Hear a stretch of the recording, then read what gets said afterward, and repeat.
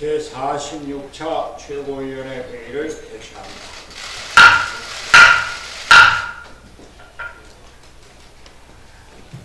그저께 정부는 국무회의를 통해서 최저임금법 시행령 개정안을 확정되었습니다.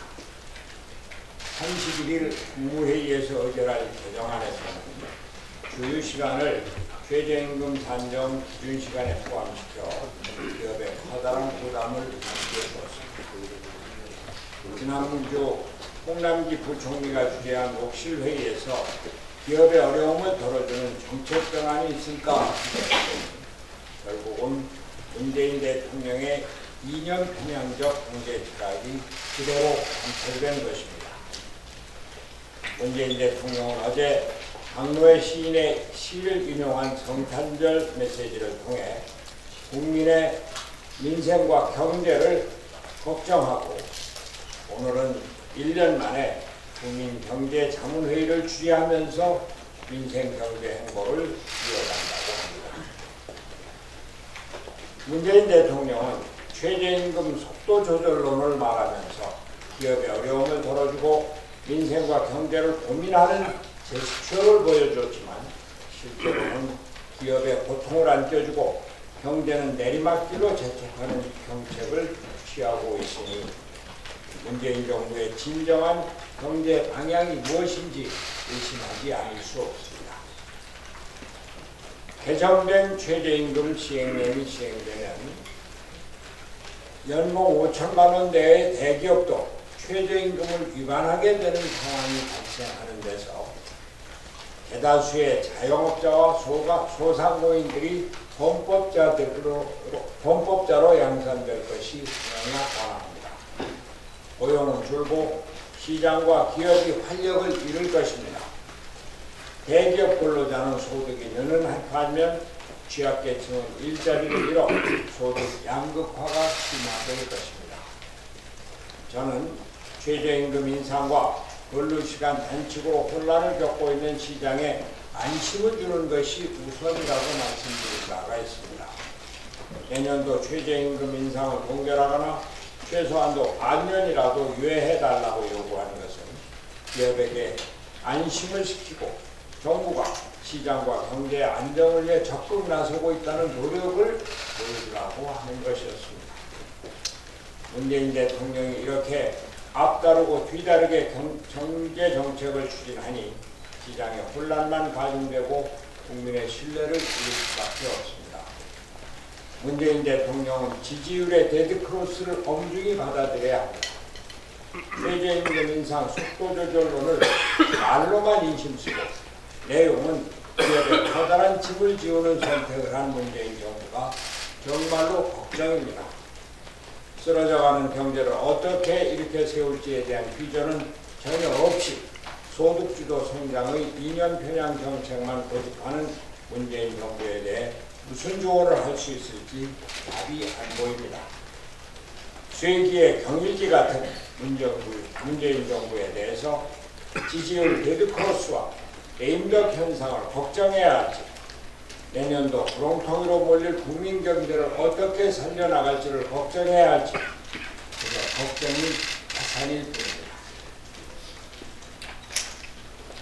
오늘 김관영 원내대표가 남북철도 연결 착공식에 참석하느라고 불참했습니다만 오늘 남북철도 연결 착공식이 개성 천문역에서 개최됩니다. 이를 위해서 행사 관계자들이 열차를 타고 북한 지역을 방문한다고 합니다. 남북 화해와 교류의 역사적 장면에 가슴 벅차오름을 금할 수 없습니다. 바른미래당은 주승용 부의장과 김관영 원내대표가 참석하여 국민 여러분과 함께 남북 평화의 길이 성공하기를 기원하겠습니다. 그러나 한반도 평화 무드에도 불구하고 우리의 국가 안보 태세가 다시 시험대에 올랐습니다. 최근 미국의 매티스 국방장관을 경질한 트럼프 대통령이 한국의 방위비 분담금에 대해 2배의 인상을 요구하고 있다는 보도도 나왔습니다. 방위비 인상이 어려워질수록 어려워질 경우 주한미군 감축 또는 철수를 요구할 수도 있다고도 합니다. 남북 군사 합의에 따라 최전방 GP가 철거된 상황에서 국가 안보에 대한 국민적 우려가 커지고 있는 것이 사실입니다. 튼튼한 안보는 국가의 초석입니다. 남북관계가 진전을 보이고 있지만 국제적 대북 제재와 비핵화를 둘러싼 북한의 태도가 변하지 않는 상황에서 우리는 항상 안보 대처를 재점검하여 국민의 우려를 해소해야 합니다. 바른미래당은 연말 연시에도 최전방에서 우리 국민을 지키고 있는 군장병의 노고를 격려하기 위해 오늘 김포에 소재한 해병대 2사단을 방문합니다. 바른미래당은 지금 이 시간에도 조국 수호의 임무를 게을리하지 않고 있는 전 군 장병 여러분께 감사와 격려의 말씀을 드립니다. 이상입니다. 네, 저 세 가지만 먼저 문재인 대통령이 단기 기억 상실증에 걸린 거 아닌지 의심됩니다. 지난 18일경이죠. 대통령 본인 입으로 최저임금 속도 조절을 하겠다, 과한 인상은 막겠다고 분명히 했습니다. 그런데 국무회의 지침까지 노동부는 매번 판례도 무시하고 주휴 시간을 노동시간에 포함시키는 만행을 저질렀습니다. 주휴시간 포함을 하면 최저임금 20% 인상 효과가 있습니다. 이미 2년 동안 30% 인상을 했는데 이 주휴시간 포함 20% 인상이 되면 최저임금이 2년 만에 50%가 폭등하는 겁니다. 이건 거의 베네수엘라 수준의 만행입니다. 이런 50% 최저임금 폭등시켜놓고 대통령은 한마디도 없습니다.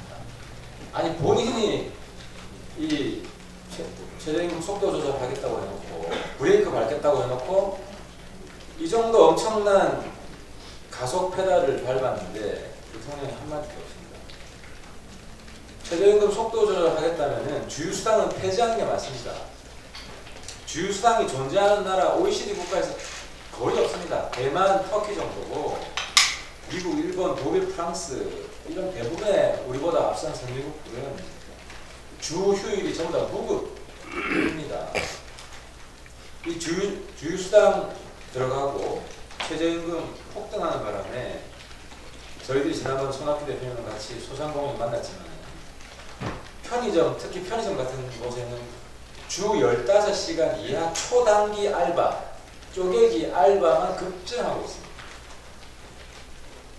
청년들만 더 힘들어진 겁니다. 저임금 근로자가 더 많이 늘어나는 겁니다. 한 14시간 일하고 또 다른 일자리를 찾아봐야 되는 게 요즘 알바 청년들의 현실입니다.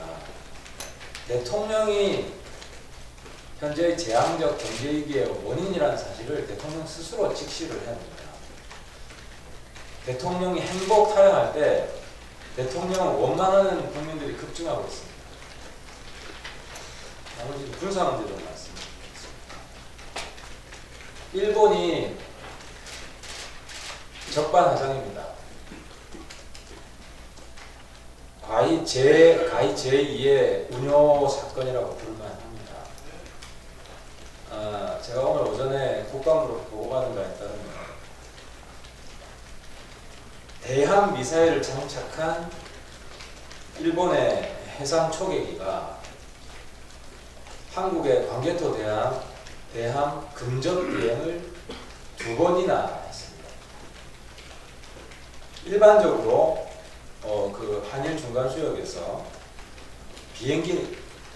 상대국의 비행기가 우리 군함에 최소한 5마일, 그러니까 8km 정도 떨어져 있어야 된다고 합니다. 왜냐하면 8km 안으로 진입하면 그 배가 식별이 되기 때문에 떨어져 있는 게 기본적인 국제적 관행이고 군사적 에티켓이라고 합니다. 그런데 일본 이 8km 떨어져 있어야 되는 일본 해상 초계기가 우리 군함 1km 안으로 2번이나 근접 비행을 했습니다. 이건 심각한 도발입니다. 그리고 일본이 주장하는 대로 우리 광개토 대함은 공격형 레이더를 가동한 적이 없습니다. 일본은 지금 계속 우리가 공격형 레이더를 가동했고 그 증거가 있다고 하는데 빨리 증거를 공개하십시오.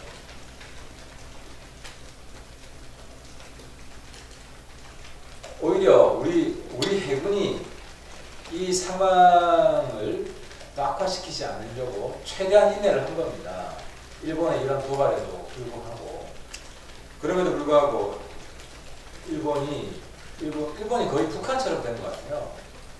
지금 한일 중간 수역이 NLL처럼 일본의 도발장이 되었습니다. 이런데도 일본이 계속 우리한테 적반하장으로 사과를 요구하고 있습니다. 그리고 문재인 대통령과 국방부는 이 문제에 대해서 일본에게 엄중하게 항의를 하고 오히려 우리가 일본의 사과를 받아내야 될 상황입니다. 마지막으로 국가안보가 정말 총체적으로 국가안보 기강이 총체적으로 해이해지고 있습니다.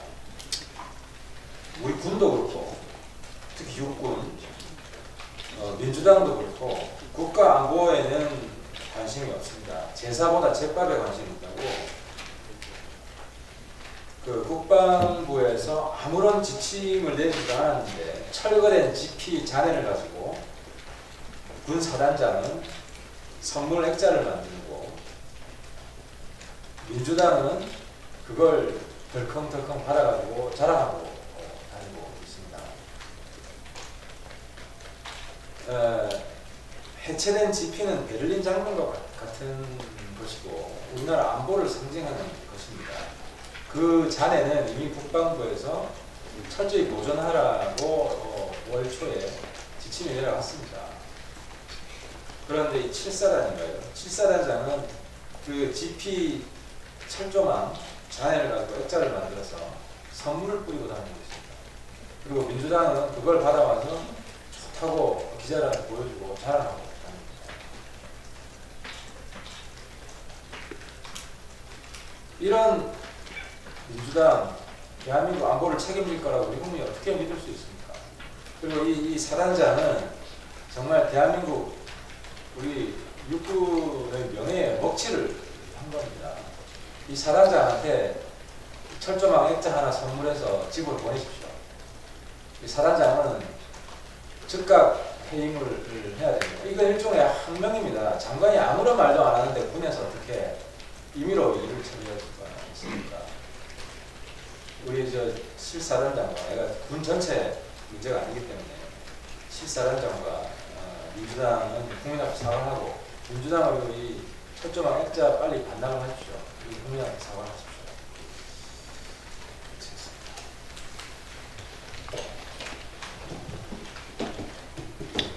네, 우선 언론인들한테 감사를 드립니다. 이번에 1959년생 유시민 노무현재단 이사장의 부적절한 언행을 지적한 바른미래당의 공식 논평을 내는 청년 대변인은 1999년생입니다. 40살 차이죠. 이번에 임명된 김현동 청년 대변인의 논평이 기사에서 많이 인용되어서 이슈가 되고 있습니다. 적절한 시점에 젊은 사람들의 입장을 적절하게 대변했기 때문입니다.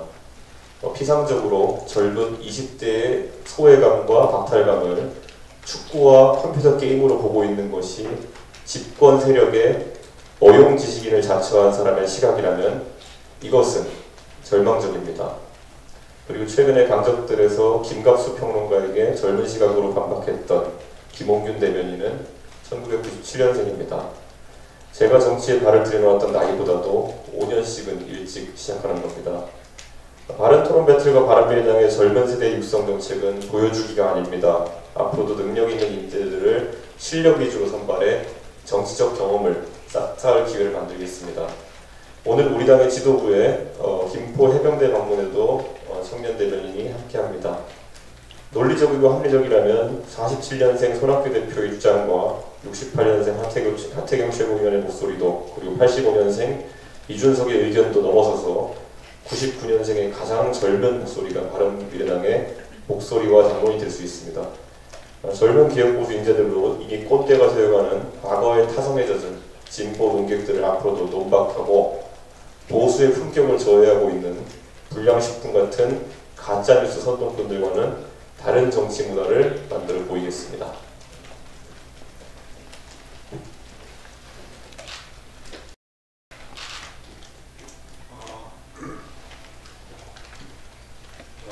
다른 말씀이 없으시면 내일 열릴 연동형 비례대표제에 대해서 말씀만 드리겠습니다.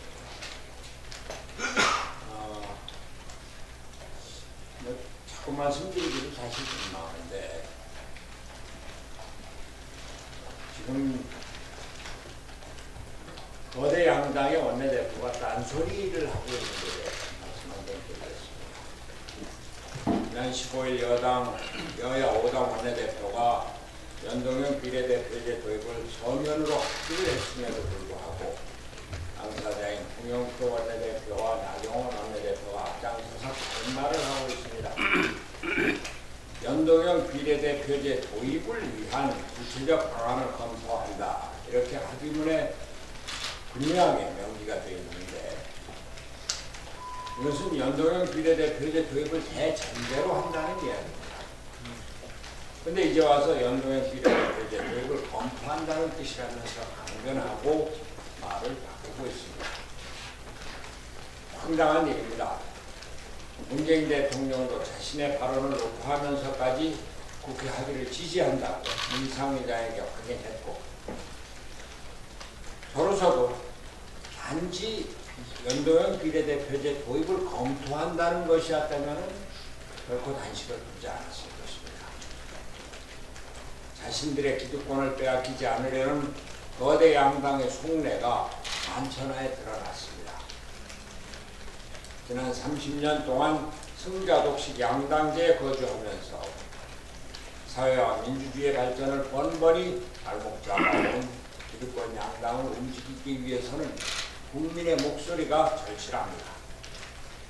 우리는 선거제 개혁과 관련해서 영국과 뉴질랜드의 역사적 사례를 반면 교사로 삼아야 합니다. 양국은 우리와 같이 소선구 단순 다수제의 불비례성이 문제가 돼서 비례성이 강화된 선거제 개혁을 시도했지만 영국은 개혁에 실패했고 뉴질랜드는 성공했습니다. 영국은 정략적 이유로 위에서 선거제 개혁을 주도했고, 뉴질랜드는 시민사회가 앞장서서 아래에서 개혁을 이끌었기 때문입니다. 기득권 양당이 스스로 선거제를 개혁할 것이라는 기대를 이제는 버려야 합니다. 이제는 국민의 목소리로, 국민의 힘으로 선거제 개혁을 주도해야 합니다. 국민의 60%가 연동형 비례대표제를 지지하고 있습니다. 바른미래당은 연동형 비례대표제 도입을 위해서 국민 속으로 들어갈 것을 생각합니다.